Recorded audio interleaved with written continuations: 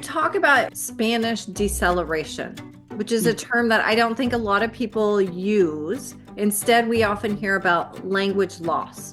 Are Mhm. these terms used synonymously or are they different ideas?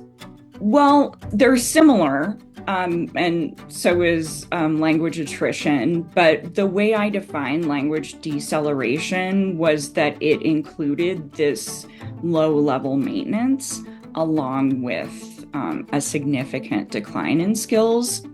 I think the other reason we really like the term deceleration was that it's hard to say when we're just looking at expressive language skills what's really happening with Spanish. And I think a lot of people that I just know and have spoken to as adults say, they can still understand, but they don't really speak it anymore. And so I think deceleration kind of captured that expressive language piece. Right, kind of lack of growth, but not necessarily going backwards, but potentially losing some of those Spanish skills.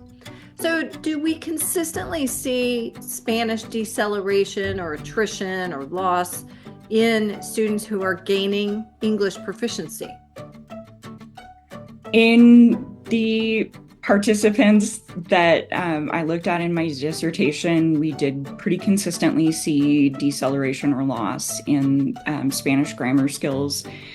Um, in the United States, English is the status language, and children are very aware of that, even at a young age. And so I think, with media and peers and siblings speaking English, as soon as children are proficient, they're really wanting to speak English as much as they can.